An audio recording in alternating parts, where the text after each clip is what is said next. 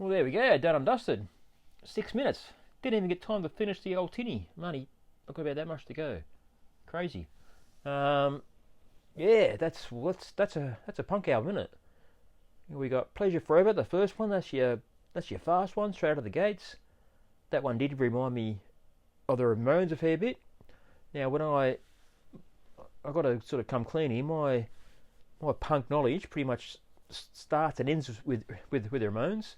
Yeah, as I've sort of said in the previous video, I come from a rock and metal and progressive rock background, progressive metal. I can listen to a long 20-minute song with sweeping guitar solos and all different themes and time changes, and then I can listen to a 2-minute Ramones song. So this is that definitely did remind me of a Ramones song. Can't tell you which one.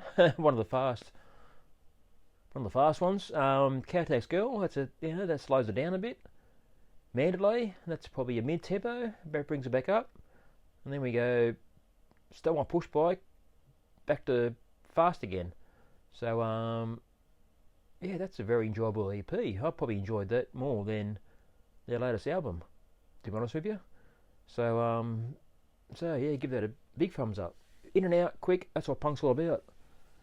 Get it sorted. Get it done. Come on, don't muck around. Right, yeah. So let's next, I'm just going to go straight to their full albums. So I'll listen to the self-titled one first, then go to Comfort Me. G'day. Oh, there I am. Got to drop down a bit. G'day. Welcome back. Yeah, as you can see, I've got one of my reviews up that I've recently have done on Amyl and the Sniffers. Still not sure if I'm saying that right, Amyl, or I don't know. I'll just say Amyl. But yeah, if you look at the comment sections on the top right there, it says Amyl FKN Slay Dan. We all know what FKN stands for. The first EP and 2 albums are masterpieces. Amy is the boss. And then they wrote, "Get on it, son." That's from @BSSW66. And I wrote back, "Just because you called me son, I will." So that's what we're going to do. So here we are, Amyl and the Sniffers. So we're going to actually review the previous 2 albums, and it was mentioned an EP. So we'll go down to the singles and EPs, and there's quite a few there, but we'll just go right back to the early days, We'll go right back to 2016. Giddy up. So I'll start with that one, but what I'll do, I'll just review these 3 albums in one go. Then we'll base all my reviews off that. So let's fire this up. I'm expecting this to be very rude. There's only 4 songs, so that's pretty good. So I can crack a tinny. Look at that, XPA tinny. It's pretty good. So I'll crack that. Very good. Now, look, there's only 4 songs here, and total running time of not much at all. 6 minutes, 4 songs. That's punk. I'm a bit concerned that now, because these guys are becoming mainstream and popular, they're on the news recently. Are they pop music now? That's a big call, eh? That's a problem when these punk bands get too good, they become popular, then they lose their punkiness. So, but I'm sure I'm going to hear some real hardcore punk in these early ones. So let's go. Alright. Amyl and the Sniffers debut album. Well, now I understand why these guys are supporting AC/DC in all those big stadium shows. You think punk music's not real suited for those big stadium events, but this album alone so far pretty much proves why they're there. This is I don't think I'm going to refer this to punk anymore. This is to me, this is a hard rock with a punk attitude and a punk lead singer, punk lyrics, But the guitarist, he just rips, doesn't he? The riffs, there's solos in this. I can't believe there's solos. Wow, that's awesome. So this would this would convey very well in the big stadiums, just like AC/DC do. So yeah, just even the first track, Starfire 500, just there's a actual guitar solo in there. That's unbelievable. And it just keeps going down, just one cracker after the other. This one caught my attention. GFY stands for go F yourself, but they don't say F. They say the F word.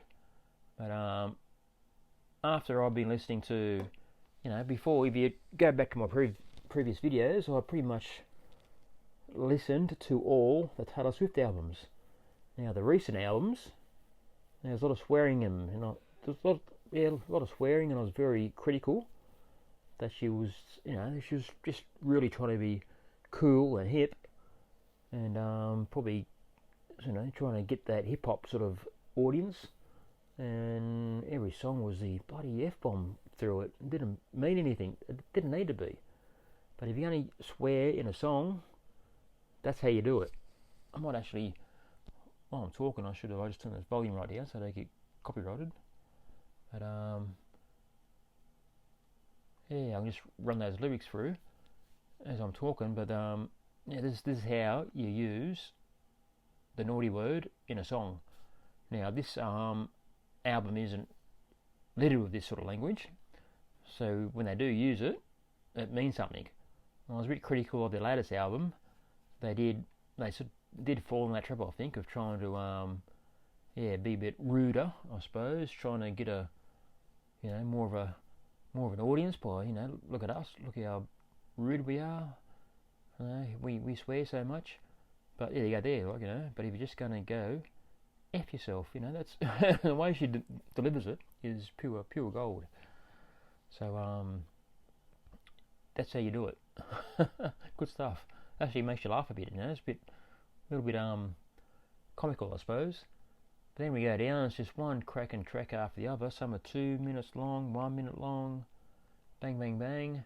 Then we get the longest song, 4:23, and this is the best song of the album. Especially in the last, probably, I don't know what it is, maybe a minute and a half. This is where the guitarist really shines, just ripping riffs and solos, and mate, that's just awesome stuff.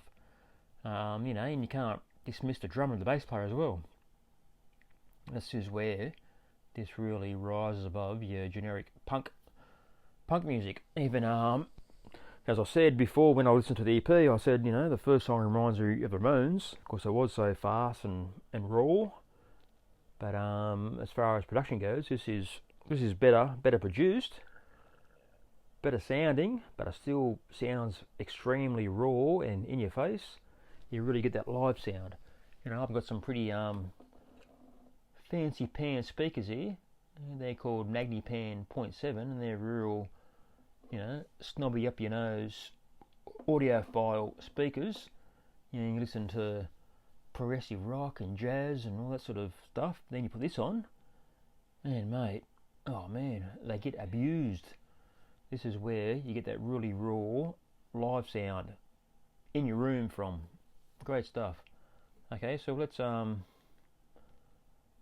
move on, I suppose we can say. So we'll go now to the second album, Comfort Me. This is 2021.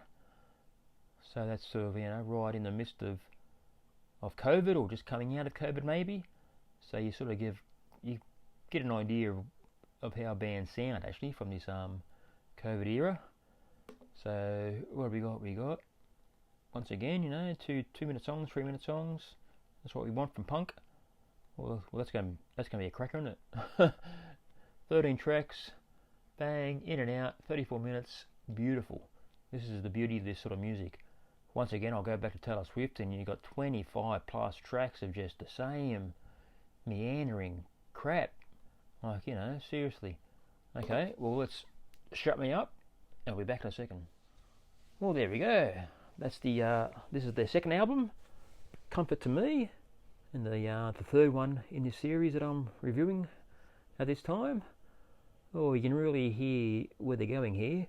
they really are making that progression into the mainstream world, I suppose, if you call this stuff mainstream. But yeah, they've gone from a real garagey hard rock band with with all those punk undertones and punk attitude, punk vocals. On that EP that I listened to in the first album, it was very instrument focused. There was patches in songs where it was all instrumental for maybe a minute or two, and that's pretty huge in a punk rock song. But here you can tell. Oh no, you can just tell someone's in your ear saying, "Okay, we've got to make Amy the star here," and that's fair enough. She's going to get all the attention, being out the front. But yeah, we've got to really make Amy the star and push her out front, and give her more time. But you can see the progression where it's going to go into the latest album.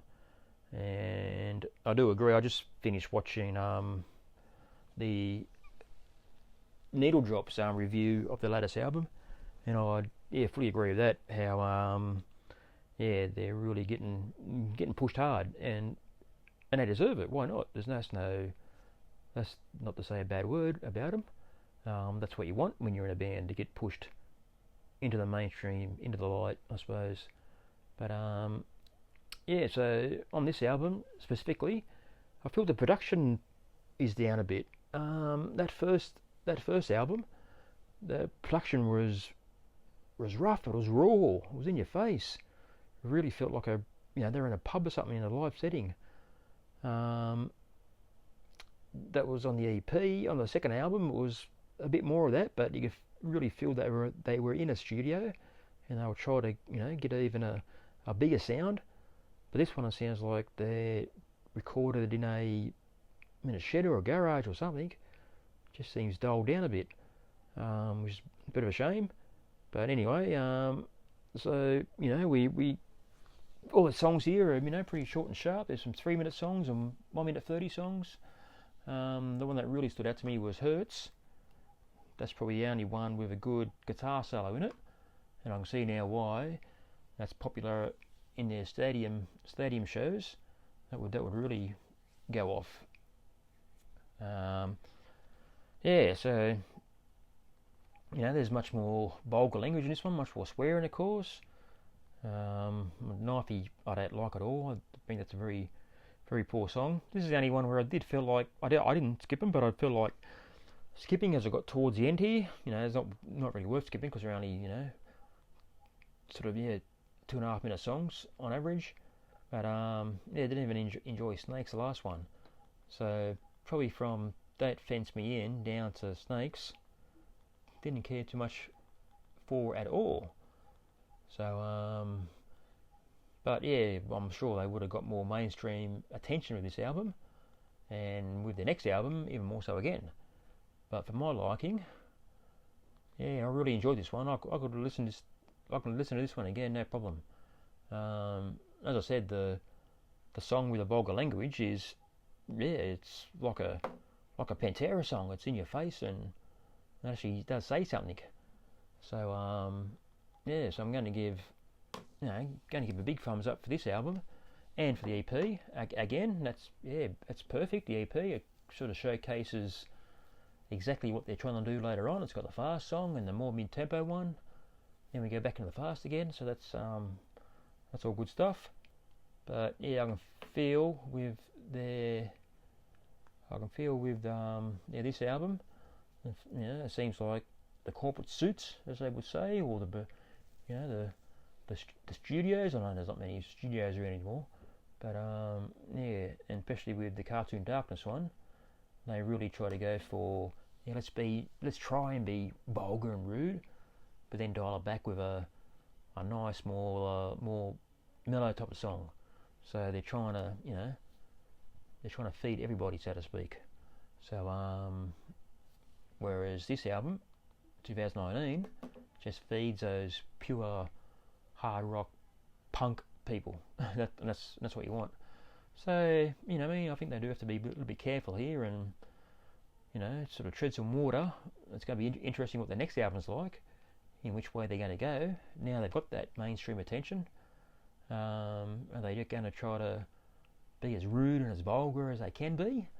Or are they going to get back into the musicianship side of things and get some killer riffs and solos and all that type of stuff? Only time will tell. So thanks for watching. If you agree, please like, give us a thumbs up or a thumbs down, whatever you think. Please subscribe. We'll see you soon.